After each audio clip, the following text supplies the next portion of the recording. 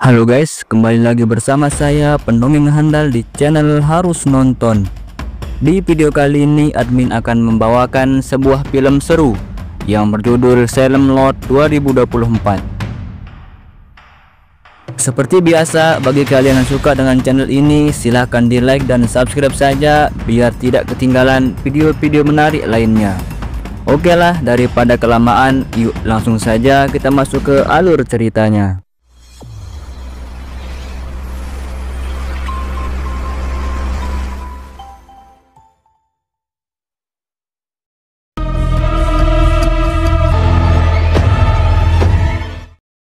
Film diawali dengan seorang pria pemilik toko antik bernama Stark yang sedang berbicara dengan seorang bos jasa kirim bernama Tim, di mana Stark berencana memindahkan seluruh asetnya dari kota London, Inggris ke desa yang bernama Salem Lot.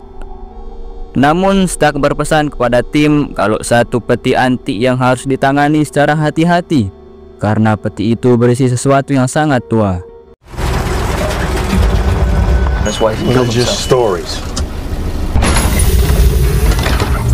Singkat cerita, setibanya di kediaman Stark yang baru, Ronnie dan Asep bergegas memindahkan satu barang terakhir, yaitu peti antik yang Stark wanti-wanti.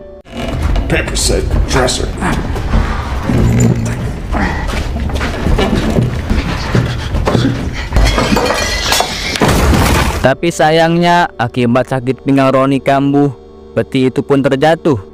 Meskipun heran dengan tanah di dalam peti, Ronnie yang tidak ingin gajinya dipotong mengajak Asep untuk segera menyelesaikan tugasnya.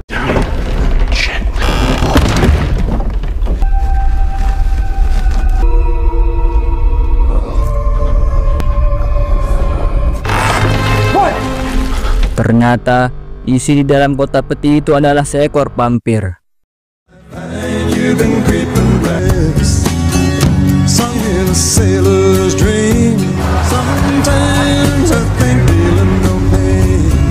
Scene kemudian berpindah ke seorang penulis terkenal bernama Ben yang baru saja pulang dari kota. Tujuannya kali ini adalah untuk mengumpulkan informasi tentang kasus-kasus aneh yang sering terjadi di kampung halamannya. Ben yang tidak punya tempat tinggal berniat mendatangi kantor desa untuk menanyakan kos-kosan yang bisa ia sewa.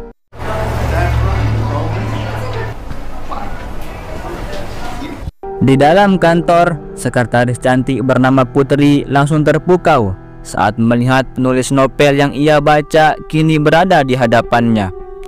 Ben pun mengatakan kalau ia sedang mencari kos-kosan sambil mengerjakan tugas novel horor yang sedang ia tulis.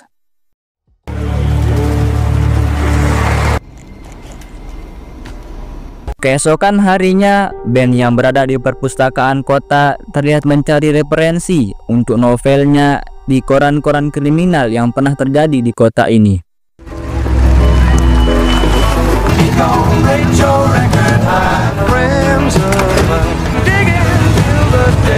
Di sore harinya, para warga terlihat antusias untuk menonton layar tancap yang digelar oleh pemuda setempat. Hingga saat Putri datang, ia langsung mengajak Ben pergi menuju tempat terbaik untuk menonton, karena sebentar lagi film Si Madun akan segera dimulai. Sementara itu di tempat lain, terlihat adik kakak yang pulang tiba-tiba dihampiri oleh Stark yang kemudian menawari mereka ojek gratis. Sang kakak yang mengira kalau pria kumisan itu adalah lalu menolak ajakan gratis itu dan lebih memilih lewat jalan pintas untuk menuju rumah. Saat hari mulai maghrib, Rizky meminta Dani untuk lebih cepat karena takutnya pria tadi masih mengikuti mereka.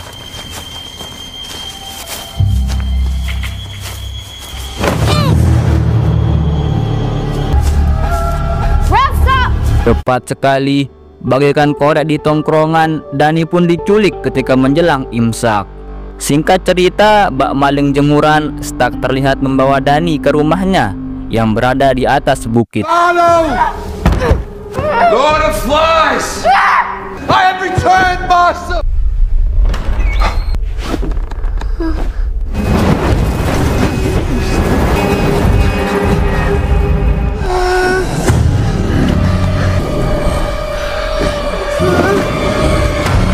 Sungguh di luar nalar, rupanya selama ini Stark mempunyai idola, yaitu sesosok vampir.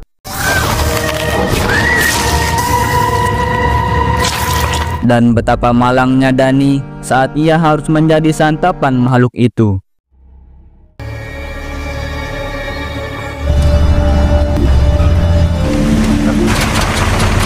Singkat cerita, setelah melakukan pencarian selama kurang lebih 1 menit, Ben dan para warga memutuskan untuk menghentikan pencarian. Terlebih lagi, selama 1 menit mencari, mereka tidak menemukan petunjuk apapun. Mendengar hal itu, Ben yang melihat keluarga Dani tertunduk lemas merasa prihatin dengan kejadian ini. Di malam harinya, Rizky yang teringat dengan si Adi tiba-tiba mendengar suara yang memanggilnya dari luar.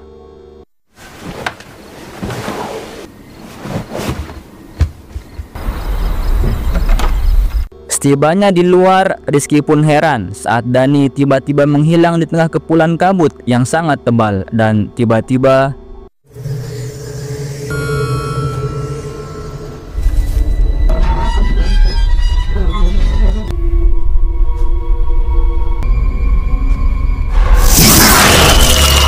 keesokan harinya, dokter yang bernama Cody mengungkapkan jika Rizky mengalami anemia stadium akhir setelah kehilangan 60% darahnya.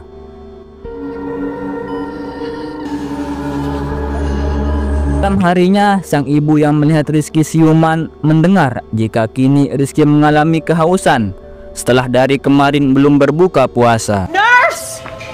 Nurse! Betapa kagetnya sang ibu saat melihat Rizky tewas setelah meminum 1 kantong darah infus. Keesokan harinya, saat sesepuh adat sedang memimpin upacara pemakaman Rizky, seorang tukang gali kubur bernama Mike terlihat menunggu gilirannya untuk bertugas. Sungguh di luar akal sehat, Mike yang ketiduran seketika panik saat melihat hari sudah hampir maghrib.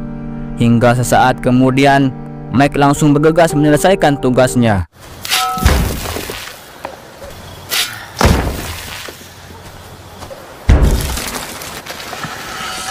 Namun baru beberapa skopan, Mike pun panik saat mendengar suara Tolong aku! dari dalam peti.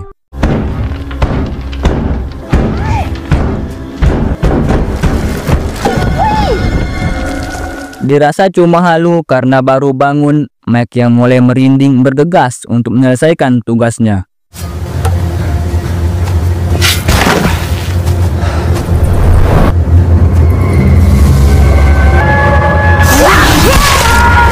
Tanpa diduga, Rizky yang sudah menjadi vampir kemudian menyerang Mike sampai masuk ke dalam liang kubur. Saat malam semakin larut, Matt yang nongkrong di jamu bar merasa heran saat melihat Mike duduk di pojokan yang gelap. You alright? I think I'm sick with something. Dengan kondisi pucat, Mike mengatakan jika dirinya merasa tidak enak badan setelah menguburkan Rizky. Dirasa Mike terkena angin malam, Matt yang khawatir lalu mengajak Mike untuk beristirahat di rumahnya. Apalagi Mike ini ternyata hidup sebatang kara. Setibanya di rumah, Matt pun menyuruh Mike untuk beristirahat sambil memberikan sebutir bodreksin. Namun di saat itu pula, Matt pun heran saat melihat bekas gigitan aneh di leher Mike. Di waktu yang sama, Matt yang mulai merasakan firasat buruk bergegas untuk menutup jendela dan berencana mengurung Mike di dalam kamar. Selang tak lama, Matt yang sedang sebat dibuat panik saat mendengar suara aneh dari luar.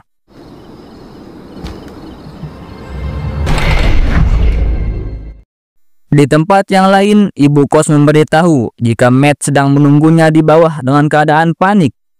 Singkat cerita, ketika semua orang berkumpul, Dr. Cody yang melakukan pemeriksaan mengatakan jika kini Mike sudah menjadi almarhum. Namun Matt yakin jika nantinya Mike akan kembali bangkit dan menjadi vampir. Sementara itu, seorang bocil bernama Sipa langsung terbangun saat mendengar suara ketukan aneh di jendela kamarnya.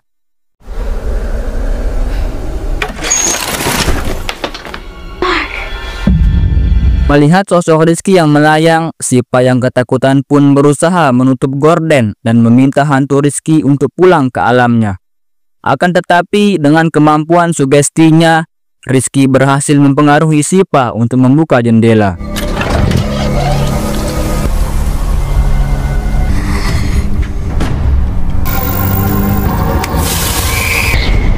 Setelah membuat hantu Rizky ketakutan dengan memakai salib, Sipa yang menyadari kalau Rizky berubah menjadi vampir bergegas untuk membaca komik untuk mencari referensi cara untuk menghadapi vampir. Let's see.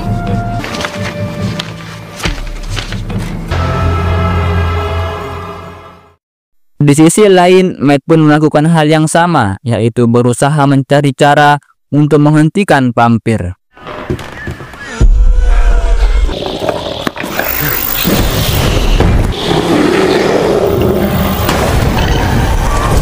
Ketika salib di tangannya menyala, Matt yang merasa pede karena memiliki pusaka, kemudian mencari keberadaan vampir tersebut.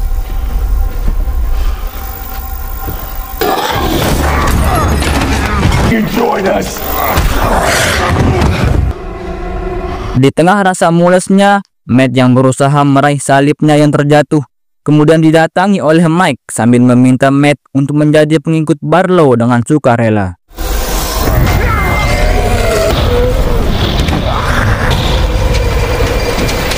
Untung saja, berkat salibnya yang menyala, Matt akhirnya berhasil mengusir Mike si vampir. Di keesokan harinya, Dr. Cody yang ingin memberitahukan kabar tentang kematian Debra langsung panik saat melihat Matt yang terkapar di lantai. Hingga ketika Ben dan Putri datang, Matt langsung menceritakan kejadian yang ia alami tadi malam. Dan kini Matt yakin Dani yang hilang telah dijadikan tumbal oleh Stark kepada Raja Vampir yang berada di rumahnya. Akan tetapi, Cody yang tidak percaya hal tersebut langsung mengatakan jika vampir hanyalah cerita yang dibuat untuk anak-anak. Cody pun langsung mengajak Ben dan Putri untuk melakukan pembuktian pada jasad Debra jika memang Debra tewas akibat digigit vampir. Sementara itu, Matt yang ingin mengungkap kebenaran lalu pergi ke rumah Stark. Singkat cerita, sambil membawa pasak tenda, si bocil terlihat mendatangi rumah Stark untuk menghabisi raja terakhir.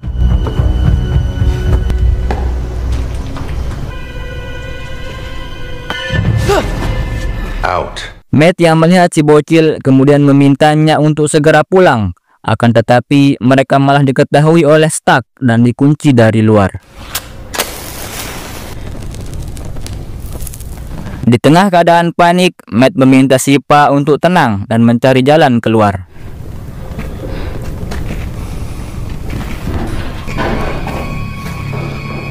Saat Sipa dan Matt berusaha keluar, tanpa mereka sadari, sosok vampir bernama Barlow keluar dari dalam peti. Sungguh naas, Matt pun tewas dan menjadi santapan sang raja vampir. Sementara itu, si bocil Sipa lalu disekap oleh Stark. Scene kemudian berpindah ke kamar mayat. Cody yang mengecek jasad Debra berkata jika hanya bocil FF yang percaya dengan adanya vampir.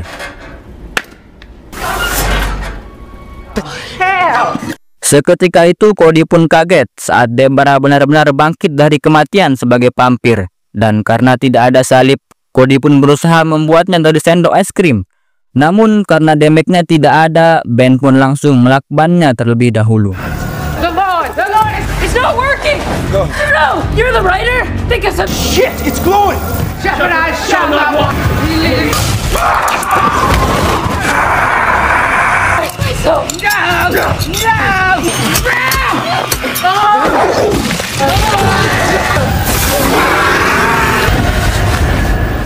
Setelah vampir Debra menghilang, Cody yang tergigit mencari keberuntungan dengan menyuntikkan vaksin virus corona. Put the cross on me! In the name of the Father. Untungnya suntikan corona itu bisa menghilangkan racun vampir, asalkan segera disuntikan sesaat setelah digigit. Keesokan harinya, Sipa yang disekap oleh Stark terlihat berusaha untuk melarikan diri.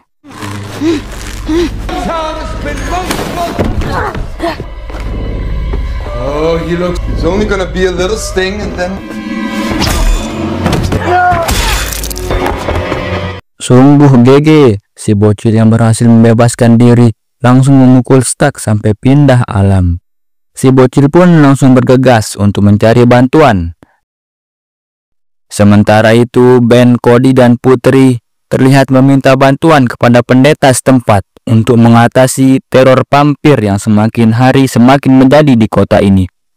Akan tetapi, pendeta itu mengatakan jika dirinya tidak mampu melakukan hal tersebut.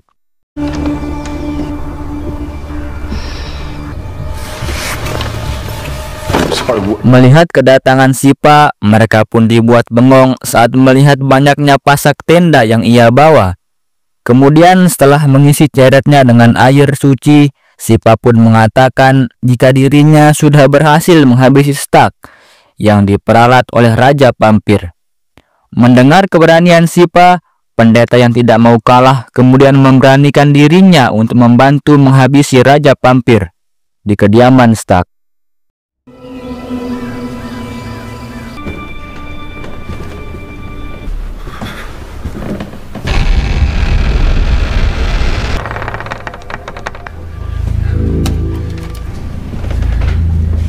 That's where I saw Barlow get Mr. Burke. Saat pintu dibuka, si bocil Sipa pun mengatakan jika Matt diserang vampir di sana.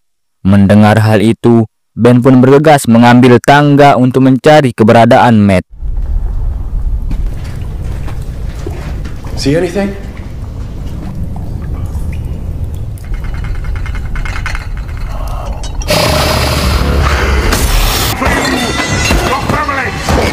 Sontak mereka pun panik saat melihat Matt berubah menjadi vampir. Meskipun tak tega, Ben pun terpaksa untuk menghabisi Matt. Sesaat kemudian, karena tidak menemukan si Raja Vampir, mereka pun langsung berpencar untuk mengumpulkan seluruh warga di gereja sebelum matahari terbenam.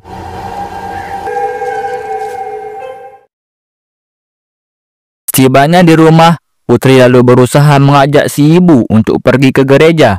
Akan tetapi si ibu menolak dan berkata jika Maharaja Vampir sudah memilihnya sebagai tangan kanan, dan tiba-tiba sontak Ben pun panik saat melihat Putri digigit oleh vampir. Di tengah kepanikan itu, Ben pun bergegas membawa Putri pergi.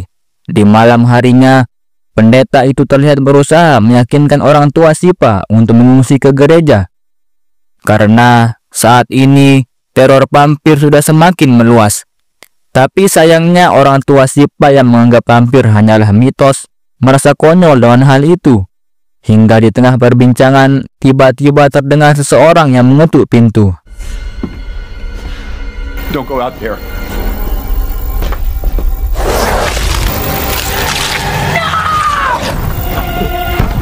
Run! Run! Run! Priest!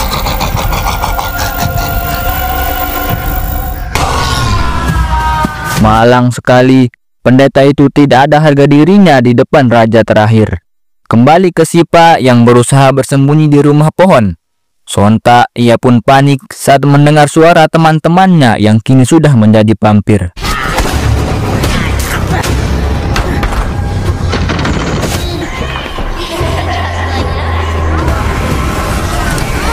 Sesampainya di gereja, Ben pun meminta Cody untuk segera menyuntik Putri.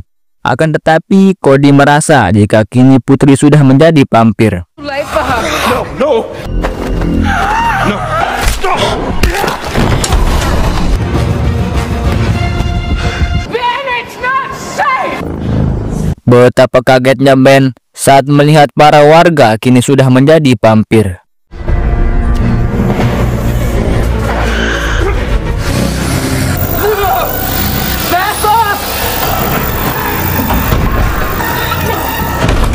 Untungnya Ben masih bisa selamat. Ia pun mengatakan jika ibunya Putri telah menjadi kaki tangan si Raja Vampir.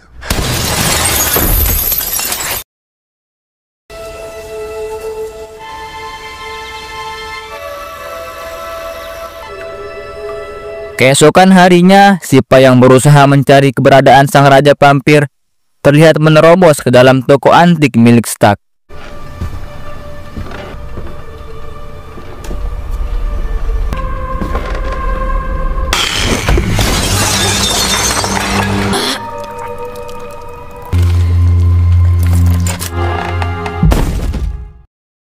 Sesaat kemudian, Ben dan Cody langsung menghampiri Sipa dan langsung mengajaknya untuk pergi dari kabupaten ini.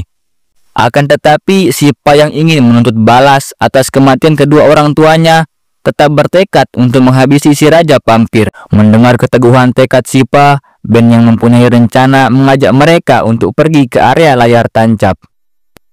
Sesampainya di sana, Ben pun curiga saat melihat banyaknya mobil yang terparkir di tempat itu. Padahal hari ini bukan waktunya untuk menonton film.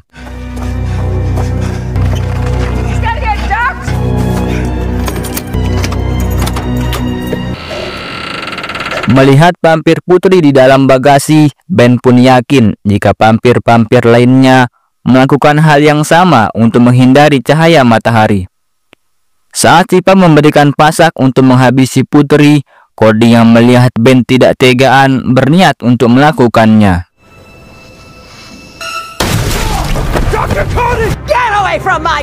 Tanpa diduga, dengan shotgun kayunya, si ibu yang terkena pengaruh raja vampir berhasil membuat Cody balik lobi.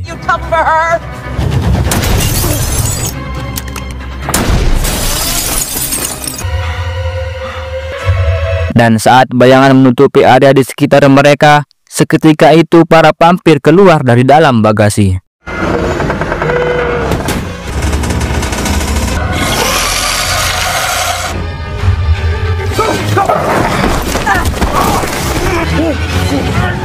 Di tengah situasi genting, si bocil mempunyai sebuah ide.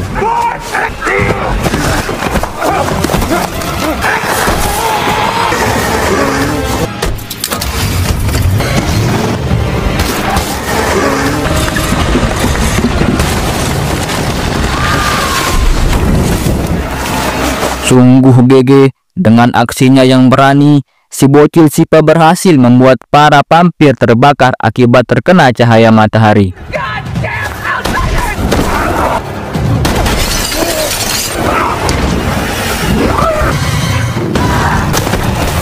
Seperti yang kita inginkan, akhirnya si ibu itu mokat ditabrak oleh mobil. Sesaat kemudian, Ben lalu bergegas untuk membawa peti raja vampir yang berada di dalam mobil box. Mumpung cahaya matahari masih ada, mereka pun berusaha untuk membuka peti supaya si raja vampir terbakar oleh cahaya matahari.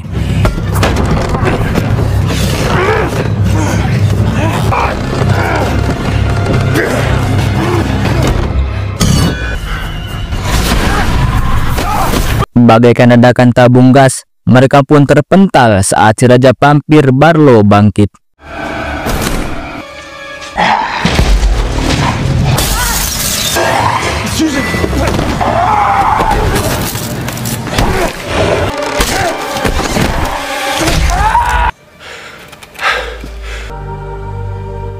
Akhirnya, meskipun sangat sulit, Ben terpaksa menghabisi putri.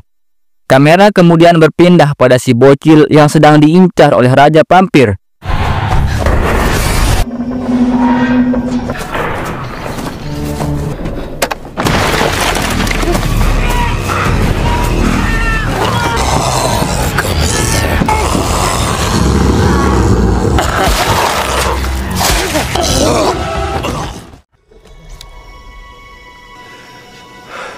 Di waktu yang tepat, Ben yang datang berhasil menyelamatkan si bocil.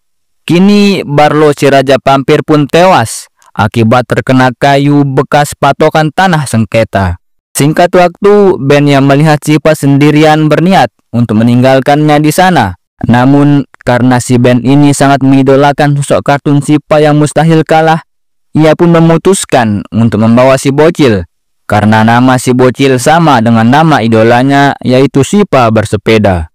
Dan film pun berakhir. Kesimpulannya, film ini mengisahkan tentang hancurnya satu desa yang disebabkan oleh Stark yang membawa si raja vampir ke desa Salem Lot. Dan di akhir cerita, kita diperlihatkan tentang kerjasama antara Sypha dan Ben yang begitu kompak sehingga mereka bisa menghabisi Raja Vampir tersebut. Seperti biasa, bagi kalian yang suka dengan video ini, silahkan di like dan subscribe saja biar tidak ketinggalan video-video menarik lainnya. Oke lah, mungkin sekian dari admin dan sampai jumpa di video berikutnya.